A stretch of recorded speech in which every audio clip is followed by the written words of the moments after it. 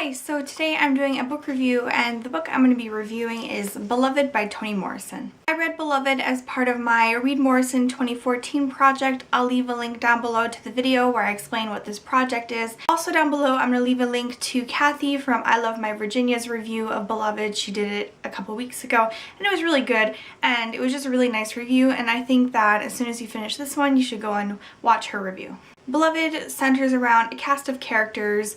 One of the main characters is Setha and her daughter Denver, as well as Paul D, who is Setha's husband's brother, and Setha's mother-in-law, baby Suggs, and Setha's two sons, who leave the novel pretty early on. And there's of course Setha's husband Hallie, but he is not that present in the novel. He's more in the flashbacks. And of course there's Beloved, and I'm not really going to explain who Beloved is. There's a real event that took place which inspired Toni Morrison to write this book, and I'm not going to say what the event was, but I will say that it is discussed in the foreword that Toni Morrison writes. So I don't know if you want to read the foreword, just because it might be better not to know at all what's happening, but if you do want to have an idea of what event kind of leads to all of the action, you can read the foreword and it'll become pretty apparent once you start reading the book. I would say that one of the main aspects of this novel is slavery. Main events don't actually take place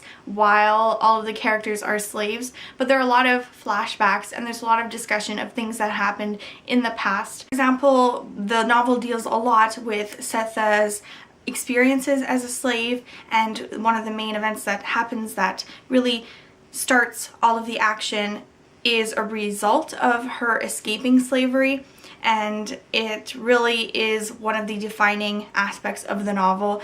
The idea that slavery left this very big impact on Setha's life, and it's a really defining aspect of the novel that slavery really left a big impact on not only Setha's life but the life of her daughter and the life of everyone around her. There are some supernatural, magical realism elements. I'm not sure if magical realism is the correct way to describe what happens in this book, but there are elements that are definitely out of the ordinary, and they revolve especially around Setha and Beloved.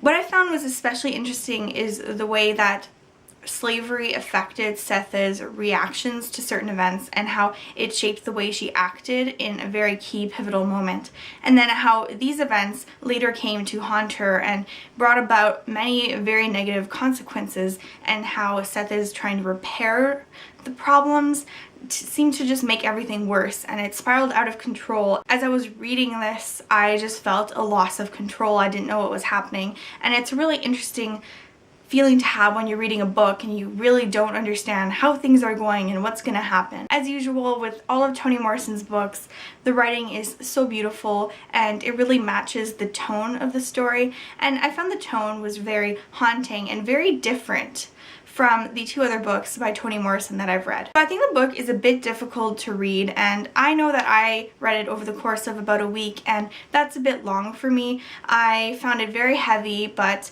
it was very rewarding. If you're going to pick up this book, which I really hope you do, I hope you realize that the book is going to be heavy and it's going to take a lot of your attention, but it's going to be very worth it, and once you finish the book you're going to feel really fulfilled and you're going to really understand what the fuss is all about. So I hope you guys enjoyed this review. I really hope you pick up Beloved.